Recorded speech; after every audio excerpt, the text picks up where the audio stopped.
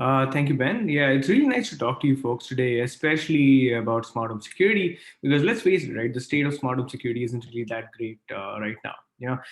Just a month ago, I was reading this report from Microsoft Research, or I guess it's Microsoft, which said that attackers are really ramping up their attacks on IoT and on smart home systems with a 35% increase in just the volume of attack in the last 1 year. Every other day, you hear about some vulnerability in a top platform, or in the worst case, a compromise in a user's home. And essentially, what this means is it's really important for us to fix this right now, for us to focus on the problems in the smart home and address them at their core. Now, if you notice the attacks on the slide and the attacks that you hear about in general, most of those attacks take place because of bad password management on the user's part, or because the devices themselves are vulnerable. Say the devices have default passwords or open ports and stuff like that, right? But today, the attack that I'm going to talk to you about, those attacks essentially occur even when your devices are fixed, your devices are patched, and even when the user isn't really following bad password practices. The user is using a password manager and has a complicated password and doing everything in their power to stop this, but these attacks can still happen. So let's look at an example. Say you have a user Alice. Now Alice is a typical smart home user. She has a bunch of devices in her home, like security cameras that she uses for home monitoring and light switches and light bulbs, thermostats, and so on. So Alice wants to use the camera for home monitoring, which means that she wants it to turn on when she leaves the house for security, for monitoring, and she wants it to turn off when she returns. And the way Alice accomplishes this automation is through trigger action programs known as routines. Essentially, these are called home automation routines, IoT apps, trigger action programs. There are several names for this, but the concept essentially is that these programs allow you to execute a particular action when a trigger condition is satisfied. And these trigger action programs are facilitated by most popular platforms out there. Now let's bring in our attacker Bob. Now Bob wants to steal something from Alice, but without being monitored by her security camera. Now Bob in this case is an attacker who is familiar with Alice, where this could be a disgruntled employee who works in Alice's firm, sorry, or it could be an ex-boyfriend who knows the layout of Alice's house, who knows what devices she uses, so he knows that there's a security camera and he wants to turn it off before he burglarizes the house. Now, Bob is going to directly try to attack the camera, but that is not going to be successful. And that's because, again, like we assumed, the camera itself is not going to be vulnerable. And Alice does not have bad password management practices, right? Alice uses a password manager and has secured everything on our end. So Bob is not going to be able to directly attack the camera, but what Bob will do, and here's where things get interesting, is Bob will indirectly attack the security camera by performing what is known as a lateral privilege escalation. So what Bob is going to do is Bob is going to compromise a vulnerable component connected to the home. It could be anything, and then leverage that vulnerable component in order to remotely disable the camera without attacking the camera directly at any point. Now, you must be wondering how all of these things happen, right? So let's take a little bit of a deep dive into this. So a vulnerable component in the home could be anything. For our example, let's consider a mobile app that's integrated with a smart home. Now, mobile apps are notorious for misusing the SSL TLS protocol that they use to connect with the servers. All Bob can do is simply man in the middle a connection that a mobile app on Alice's device makes with its server, and assuming this app is connected, integrated with the smart home platform, and steal an authentication token that gives Bob access to calling into the platform. Now, Bob only has access to call into the platform. Bob still can't disable the camera. And these attacks are really easy to perform. Bob can just follow Alice into a Starbucks, connect to the same network, and at some point, inevitably, the TP-Link Casa app, which is the app that we found, would connect to its network using a vulnerable SSL connection. Bob would man in the middle of that connection, steal the token. We've studied these problems for decades, and these are very easy to exploit, and apps still keep having these problems. So once Bob steals the token, Bob can then use the token to call into the smart home platform. And what Bob is going to do is he's going to essentially ask the platform to change the home from the away mode to home mode.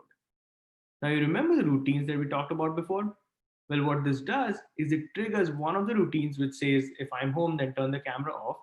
and automatically results in the camera being turned off. With this approach, we could essentially turn the Nest camera off remotely. We demonstrated it last year. It's a very easy attack to pull off. It just requires some analysis among the of these routines as well as these apps, right? But it was extremely easy to pull off, even when the camera itself, the Nest camera, is secure, and even when the user was following all password best practices. So essentially, this attack is easy to pull off because there is a vulnerable third-party integration, and because there's a home automation that we can use as a gadget. And researchers have also realized this, which is why there's a lot of prior work that analyzes IoT applications, which are third party enabled routines or home automation that is programmed by third party developers. Now, these IoT apps are generally published in marketplaces like the Samsung SmartThings marketplace. And this might actually remind you of Google Play, which also publishes Android applications, right? In fact, IoT apps and mobile applications published on Google Play have a lot in common. They're both made by third party developers, they're both published on marketplaces, they both use APIs provided by these programmable platforms and sometimes misuse them, and they're both available for analysis. And this has propelled a significant amount of research that analyzes and instruments these IoT applications to achieve several security goals, some of which may be common and inspired from the mobile space, but some of which are also unique to the IoT space. And a lot of the research has been inspired by prior work in Android security.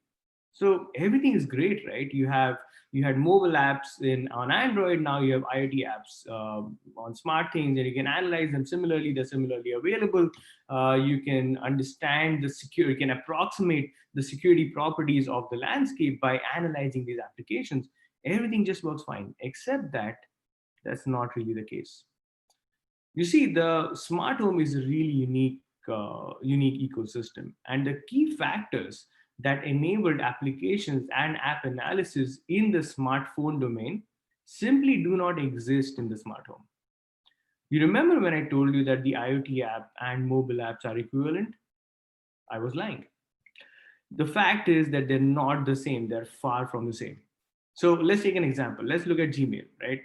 Gmail is a quintessential Android application. It's a very typical application. You can't just decide tomorrow to program Gmail and be able to do it, right? It's difficult for users to program. Users are dependent on developers to do it. When you use Gmail, if say you get an email, right? You get an email which has an attachment. You click on the attachment, and that opens the attachment in a separate application, say a PDF viewer or a document viewer, if the attachment is a document. What you just did here is you combine the functions of multiple applications, right? You mash them up, and these mashups are extremely common in the mobile space. Now, take a look at this combination of functionality and then take a look at this routine. If I'm home, turn the camera off. Isn't this routine also a combination of two different functions, with the functions being home or something that tracks whether you're home or not, and something that interacts with the camera, turns it on or off depending on whether you're home or not? So routines aren't really existing individual functionality, or IoT apps are not functionality, but they're combinations of functions, which puts them at a higher level of abstraction than mobile applications, which is why I said they're entirely different things. They're at a higher level of abstraction, and that changes everything. For one, people don't need developers anymore, right? If you can just combine applications or combine different functions, that is much easier than developing something like Gmail. All you have to do is use the UI provided by the platform, specify the triggers and actions, and you can just directly create these routines, create automation that adheres to your workflow rather than depending on third-party developers. Not just that, developers don't are not making applications that reflect and represent realistic user requirements. So we did a user study that I'm going to talk about later, where we found that 42% of the routines that were created by the people in our study were not represented by any app in the IoT marketplace and the SmartThings marketplace. What that means is that not only that users do not need developers, they actually do need to create their own user-driven routines in order to automate their own, because developers are clearly not creating them. These factors result in an interesting phenomenon in that IoT apps are not actually that popular Users may not be using them and developers may not be building them. And let me tell you why I think that's the case. Take a look at this graph. This graph demonstrates the growth of Google Play from its beginning in March 2009 up to March 2020, right? If you look at the first 4 years, you'll see that Google Play, the number of apps on Google Play grew from 2,300 in March 2009 up to a million in October 2012. That's a million applications in 4 years. That kind of growth does not happen in a vacuum. It means that developers have enough incentive to build those applications, and that incentive comes from people who are using those applications. Now look at SmartThings. 185 in 2018, 185 in 2019, 186 in 2020. What does that tell you? That tells you that either developers don't have enough incentive, they're not building these applications because people are not using them, or because developers simply don't know what they want to build, right? They don't know what users want, they don't know their workflows, they have no clue as to how to build representative applications that users would actually want to use. And all of this aside, a major problem is that it's not going to be feasible to analyze these applications anymore, right? Application analysis is driven by the fact that these apps were available from the markets. But the way platforms are treating applications now is like third-party black boxes. In that platforms, SmartThings was the last platform to move on to this bandwagon, but platforms are no longer hosting applications. They're not hosting these IoT apps. In fact, IoT apps are simply third-party cloud integrations that can make API calls into the platform. So they're on third-party clouds, they're black boxes from the platform perspective, which means they cannot be analyzed or instrumented. So even if the first 3 points did not make sense, you would still not have any apps to analyze. So what does that tell you? Well, it tells you that if your goal is to understand the security and safety implications of the smart home by analyzing third-party integration and home automation, then IoT apps really don't fit that bill because they don't represent popular third-party integration or realistic home automation. What we really need to do is we need to rethink our amplified approach, our amplified perspective of home automation security analysis, and identify other practical opportunities that might enable us to build systems that might solve real problems and affect the current situation. So let's talk about what we know. Let's talk about to identify these practical opportunities. Let's identify some research questions. Now, remember I told you that we should not be analyzing IoT apps because they're irrelevant and soon unavailable. Well, the question remains, what should we analyze? And what should we analyze to approximate the security properties of home automation? Now, you know that users create routines through platform-driven UIs, right? These user-driven routines represent user requirements. Now, I'm not asking you to simply swap out IoT apps and swap in user-driven routines. That's not how we're going to do things.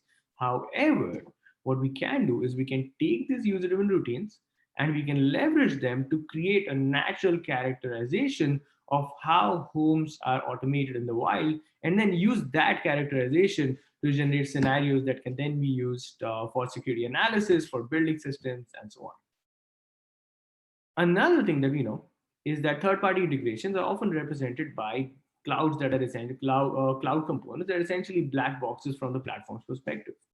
We also know that users manipulate these cloud services using companion apps, and then these third-party companion apps are the weakest link in the chain.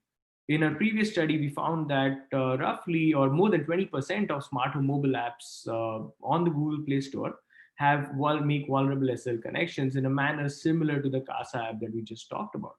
So we clearly need to do something about these applications, right? In fact, what we need to do is to proactively prevent these vulnerabilities from appearing in these apps before deployment.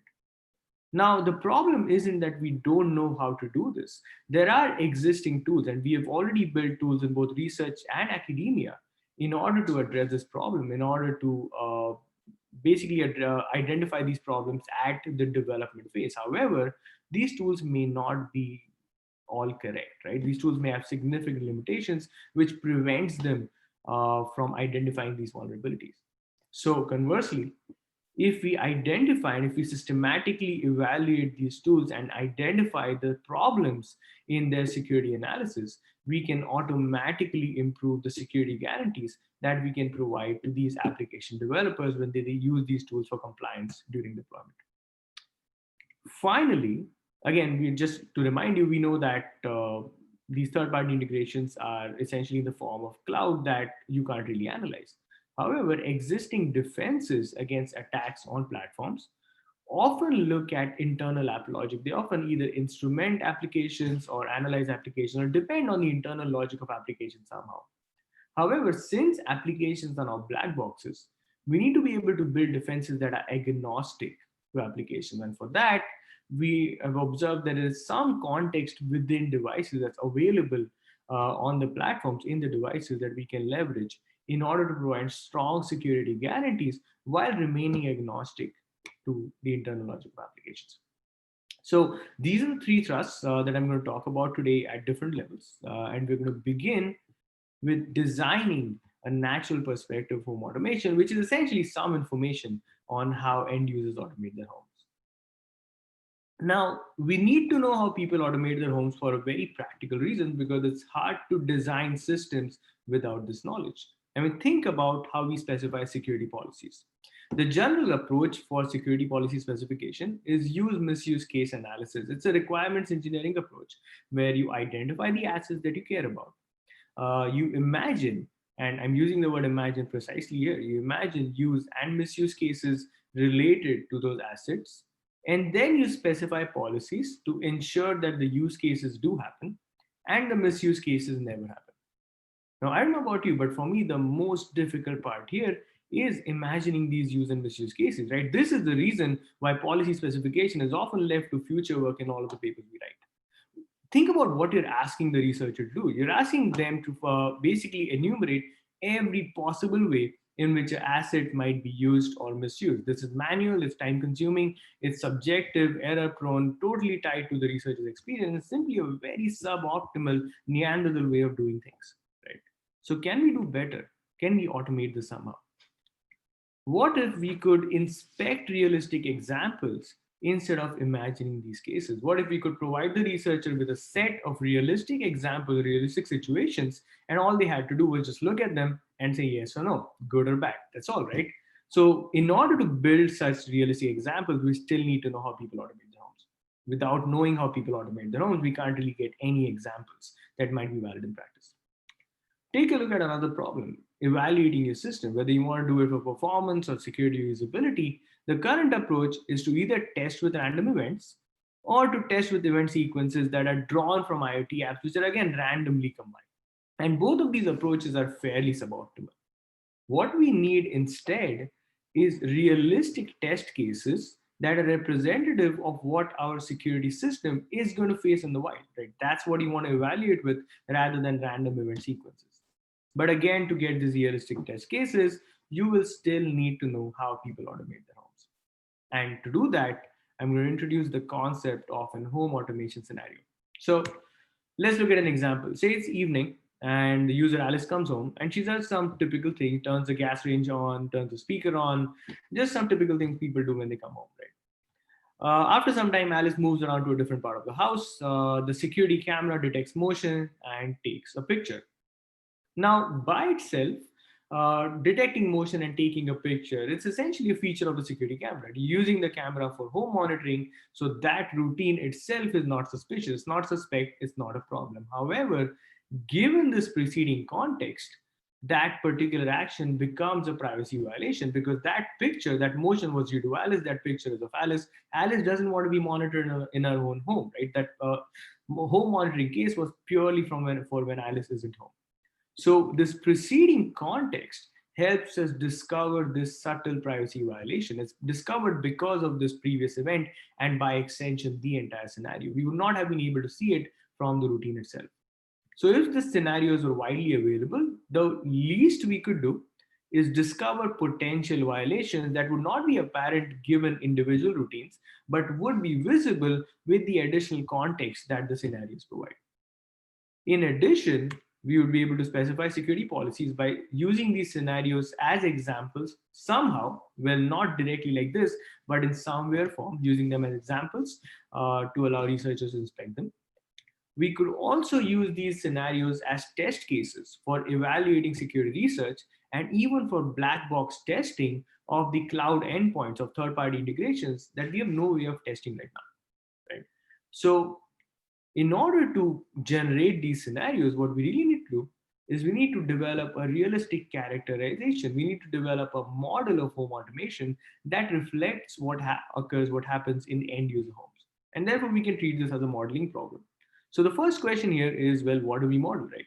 And by now, the answer to that should be obvious given the direction this talk is taking. We're going to model user-driven routines, right? User-driven routines represent how users want to automate their homes.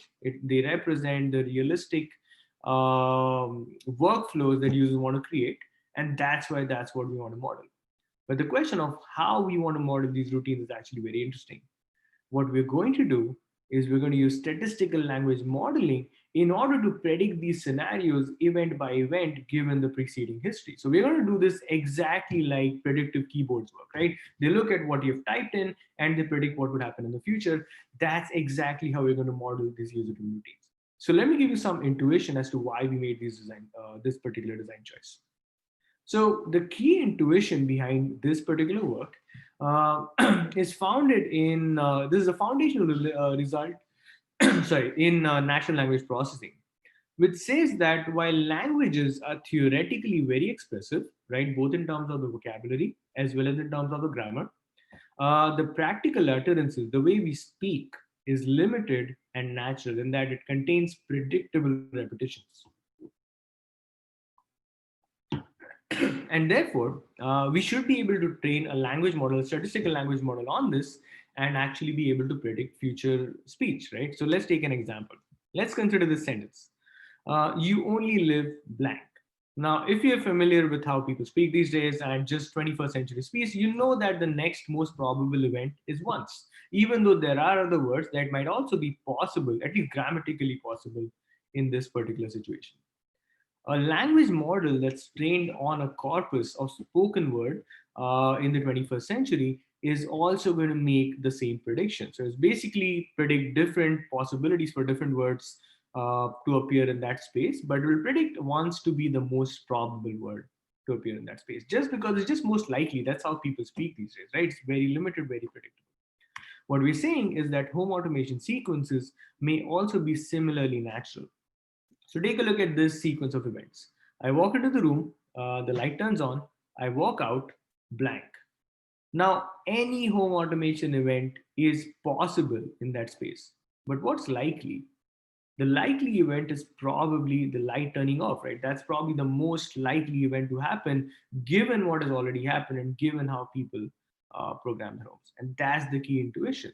So with this intuition, and this is not something that we are the first to observe, this intuition has been used in the software engineering context for tasks like code completion, where the idea is similar, right? Software that people create is natural, and you can model it since it's repeatable for tasks such as code completion. What we're saying is that user-driven routines are an instance of end-user programming. In fact, they're as good an instance as we can get. And when users schedule different home automation routines to execute in their home at different times of the day, they're actually creating a home automation program, right? Those individual scheduled routines are like method invocations, are like function calls. And they're creating this huge home automation program that spans their workflow. And we can then use this home automation program, we can flatten it into a home automation sequence, and that will probably be natural. That's what we're saying. That will be natural and it'll probably be predictable. So to more formally state it, we formulated the naturalness hypothesis for home automation, which states that home automation sequences that are created by humans are implicitly natural, in that they exhibit patterns that make them predictable. And therefore, we can use statistical language modeling to analyze corpora of such sequences and predict valid and useful scenarios that enable the design of and evaluation of security systems. In order to realize this home automation hypothesis, we build an end-to-end framework, the Helion system.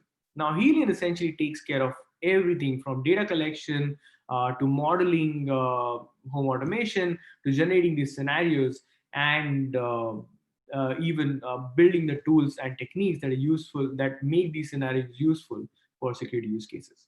So what I'm going to do now is I'm going to use this figure as a high level description of everything that Helion does. Now, in the process of building this system, We also contextualize several technical aspects of both language modeling and security analysis. If you're more interested in those, I would definitely recommend you to read the paper, but I'm not going to go into that level of nitty-gritty detail. I'm just going to stick to the high level here.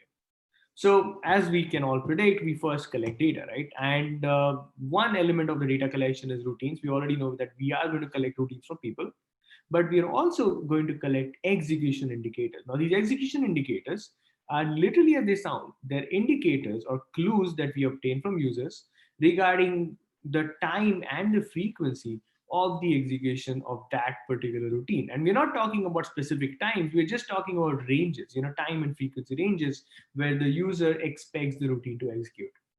We take these execution indicators and routines for a single user, use an approach known as informed scheduling, informed because it's informed by the user's intuition of when those routines execute, and create a home automation sequence for that user, which is essentially a month-long time series in which we place these routines as per the execution indicators. A collection of these home automation sequences forms our home corpus, which is essentially the corpus that we are going to model and study and use for security. And this corpus can be just incrementally maintained forever. So we create this corpus with informed scheduling, and then we model it using a statistical language model. In this particular case, in the case of this paper, we use the n-gram model, and n here basically means that we're only looking at n number of words in that particular sequence. That's the significance of n. If you want more detail, definitely take a look at the paper. And these language models are really easy to understand. All that they do is they essentially derive a probability estimation for every subsequence of that length in the corpus, right? They just essentially formulate the probability of occurrence of every sequence, okay? So once you have this probability estimation, once you have this model, you can then use it to predict scenarios. And that's where it gets really interesting. We not only predict likely scenarios, but we also tweak the probability distribution, invert it, and predict unlikely scenarios. And those scenarios are mainly what you can use for stress testing or for just emulating abnormal situations that are completely abnormal. Now, the way this prediction works, of course, again, like I said before, is we look at the history and predict the next event and keep on predicting events using the model like a sequence generator by including the predicted event as a part of the history. So once you have these scenarios now, you can then use these scenarios in some tools that we have developed for this purpose and to enable stakeholders to essentially use these scenarios for security, safety, and privacy use cases. And I'll discuss these tools as well as their benefits in a couple of slides. Now, in order to initialize Helion, we conducted a user survey with 40 participants to collect routines as well as to answer certain questions that were important from the perspective of this particular project. So in doing this, even before we modeled this data, we found some interesting things that I want to share with you all. We first found that users were really interested and users really wanted to have some stake in the routines that they created. A majority wanted to have at least some control over the routines. They wanted user-driven routines. And a significant minority wanted purely user-controlled routines. They did not want the platform or developers to have any say in what routines they created. We also found, and like we said before, is that routines that users created are not represented by any of the IoT apps. So about 40% are not represented by IoT apps in the SmartThings marketplace, which again suggests the need to look at these user-driven routines because that's probably what people are using. Another interesting thing we found was that people actually think of security and safety slightly differently. So users may perceive every single device, IoT device that exists as security and privacy sensitive, depending on the context in which that device is used. So we provided users with roughly 70 devices to create those routines. And users were basically able to provide examples of how each of those could be security and privacy sensitive given certain situations. That was surprising. And the most surprising outcome of all was that users were actually confidently able to specify execution indicators for most of their routines. This was really surprising because we expected users to generally fail at predicting when the routines would execute, but that did not happen. In fact, aside from certain unpredictable triggers like carbon monoxide alarms that are really difficult to predict. Users are actually able to predict uh, execution indicators with with significant precision. So we collected these routines, we ran informed scheduling, and created the home corpus. Now, the validity of our entire approach relies on a naturalness hypothesis, right? To basically a demonstration of whether the home corpus is truly natural, whether home automation sequences created by users are truly natural. And to evaluate the naturalness of home automation, we use the standard metric of cross entropy. Now, to simply state, cross entropy measures how surprised, how perplexed the model is when exposed to sequences that are from the same domain, right? And essentially, if you think about it, the model is more surprised if the cross entropy is higher. That means that there are fewer regularities in your data. So higher cross entropy is bad. On conversely, if the model is not surprised, if the model understands the regularities in the data that you're giving it, well, in that case, the cross entropy is going to be lower, which means that there are existing regularities and the data truly is natural. So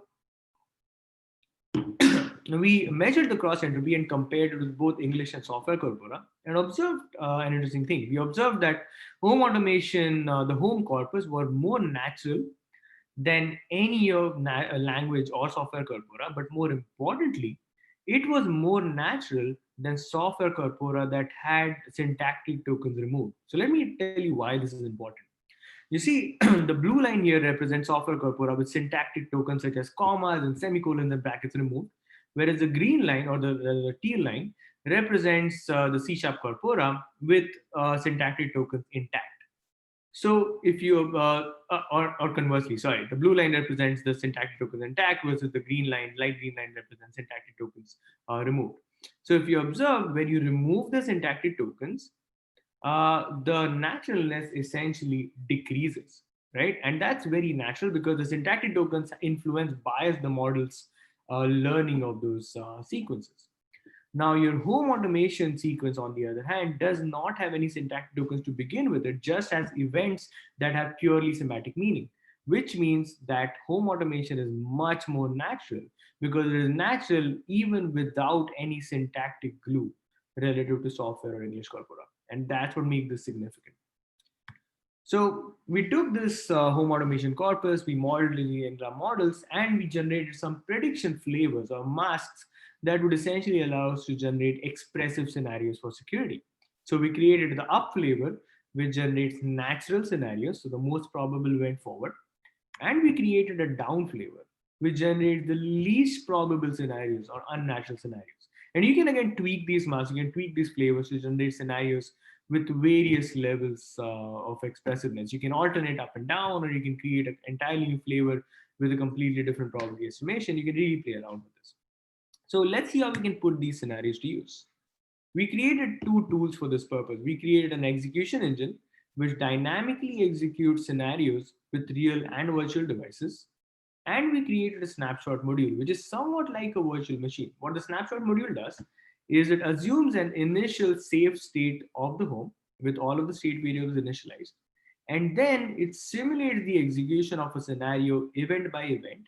And for each event that supposedly executes, it generates a new snapshot. That is the change that that event had on the current state of the snapshot module. When we use this execution and snapshot module, we are essentially able to use these for actionable outcomes. So we were able to find two platform level flaws in SmartThings and one device flaw using the execution engine. And this was just a preliminary evaluation. We just ran it with a couple of scenarios for a few minutes and found these flaws. And the good thing here is that these flaws were also independently reported by end users. So that suggests that Helion's scenarios and the execution engine are able to find flaws that are also found in the wild. With the snapshot module, we were able to generate about 17 unique security policies from 27 violations that were observed when we gave it histories from 5 additional users.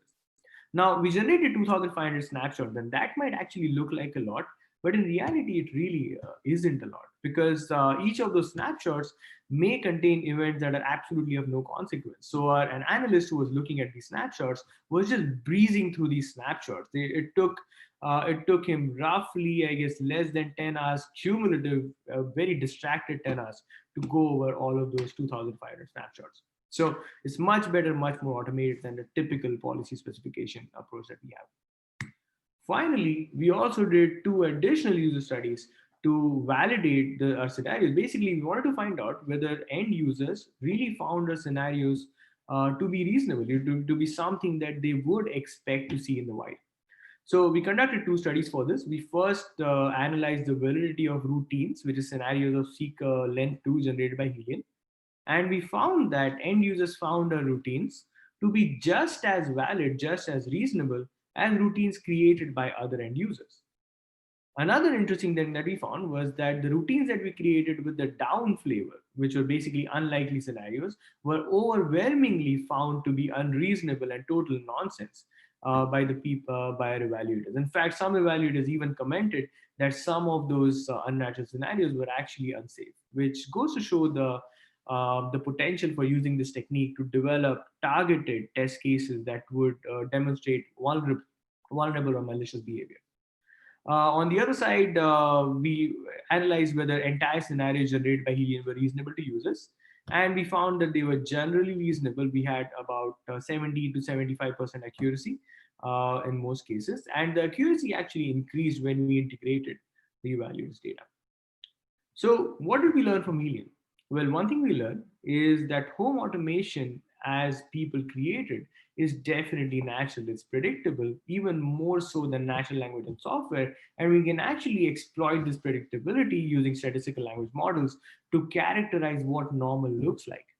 And not only that, we can use this normal to generate scenarios and enable practical test cases that are grounded in field data in order to test every single thing that we want, to test user setups, to test the systems that we build, and even to test the third party integrations that are normally black boxes for these cloud platforms.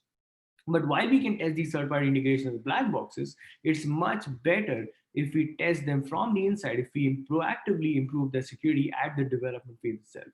And that is why several popular platforms are incorporating static code analysis at the development phase itself. Recently, GitHub released its GitHub Code Scan initiative, which is essentially going to incorporate 10 static analysis security tools to analyze these applications for compliance as well as security, analyze any repo on GitHub that wants to be analyzed, right? And all that is great. That's not the problem. The presence of these compliance tools is not the problem. The problem is that we don't know how well these tools work. So I'll give you some background here. Static analysis tools are essentially sound in theory, right? We expect them to have a certain sound core, a certain set of good decisions that make them accurate. But at the same time, they're also soundy in practice, in that they make certain decisions for precision or for speed that are not exactly sound, but those decisions need to be made. And soundy tools are not the problem, right? You would rather have a soundy tool that is somewhat unsound rather than have a sound tool that gives you 1,000 false positives. So soundy tools are definitely good. We definitely want them. The problem is that while soundy tools are practical, tool designers may not document all unsound choices, which doesn't really tell us of how effective the tool actually is. But that's not the worst of it. That's not the real problem. The real problem is that tool designers may not know all of the unsound assumptions that they've made in constructing this tool. They may not know the design or implementation gaps and the security implications of those gaps in their tools. And they may not even be aware of the unsoundness that they have inherited from whatever code base that they're based on. So all of these things make these soundy tools not problematic by themselves, but it also makes it necessary to evaluate security tools to figure out exactly how good they are. And for that, we built a framework that uses mutation analysis, the Muse framework, for evaluating these tools. Now I'm going to explain both the use of mutation as well as what mutation analysis is with this figure.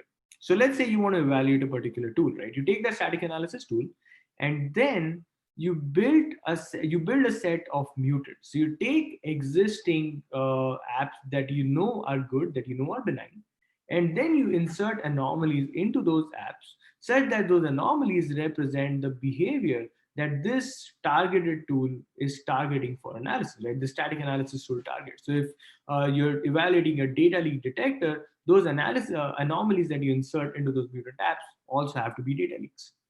Once you insert those anomalies, you then test those mutants or those mutated applications with the static analysis tool, as a result of which some mutants will be caught by the tool and some mutants will be uncaught.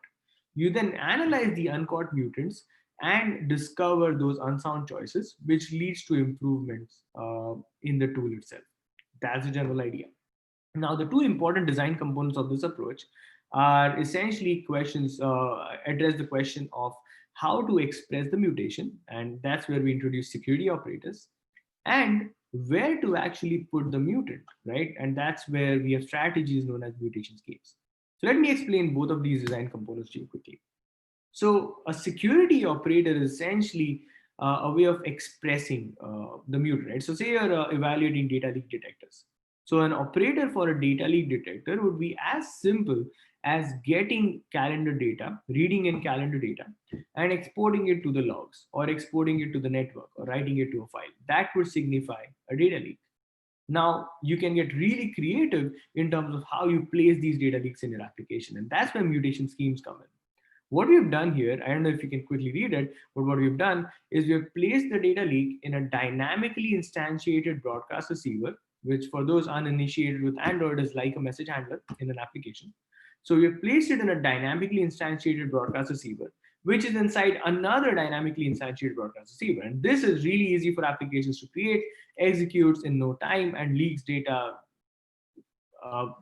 tremendously, but at the same time, this is very difficult for existing tools to detect. In fact, there is probably no tool that can actually detect this kind of a data leak, but it's really easy for developers to create. So we created such mutants, we created such mutation, and we evaluated three popular data leaks detector with those mutations, which resulted in the discovery of 25 flaws. We were asked not to call them vulnerabilities because security tools are not vulnerable, but that's debatable. But we discovered 25 flaws that fell into five flaw classes. Several of these flaws and several of these flaw classes indicated design flaws, and some even indicated research gaps, but it's really difficult to sort of confirm that. Now, that said, all of this is about data leaks in mobile applications. When we're talking about IoT, that's not the most interesting and that's not the most concerning problem with mobile application, right? The most concerning issue is the misuse of cryptographic APIs, the misuse of communication. So that's what where we're going to switch our focus to. So let's reconsider this again. Let's say we want to evaluate cryptographic API detectors like CryptoGuard and some other tools. Can we simply flip Muse and leverage it to analyze crypto detectors? Is it just that easy? Can we just literally seed cryptographic mutants and evaluate crypto tools the same way? The answer is a resounding no. And the idea is that essentially data leak detectors and crypto detectors are two completely different types of tools that have different focus, right? Your data leak detectors, when you want to evaluate them, you have to focus, you have to get creative with where you see those mutants, because that's where the beauty is, right? You can basically place mutants using various combinations of sources and sinks, and you can essentially confuse the data leak detector. Whereas when it comes to cryptographic detectors, the sheer volume of cryptographic flaws is so big that essentially you want to cover all of it, which is why your entire focus is on how you want to express the mutation. Because if you just try to express it in one or two ways, your analysis will be severely incomplete. So we took a data-driven approach and we analyzed every single thing that was said about cryptographic misuse in the last 50 years and created this huge taxonomy of roughly 105 cases of cryptographic misuse, of types of crypto misuse. This is mainly specific to Java and Android related situations. So we use this taxonomy then to evaluate popular cryptographic detectors. And these detectors are again extremely popular. They're they're being used right now. For example, CryptoGuard is being used in Oracle's internal code screening. CogniCrypt has been integrated with Eclipse. Coverity, I'm sure several of you may be familiar with Coverity. It's very frequently used by industry. It's also used by open source. Sanitizer is a part of GitHub CodeScan. So these are all major tools. Quark is provided by LinkedIn. And we expected these tools to be quite robust and to not have trivial flaws, but we were wrong. And what we really found was that there were several trivial and surprisingly trivial flaws in these tools, which just go to suggest the lack of maturity in the space of crypto detectors. I'm going to discuss four of the silliest flaws that we found that just should not happen in 2020. I mean, anything happens in 2020, but still, right? So let's look at number one. One of these detectors ignores any class that contains the keyword Android dot.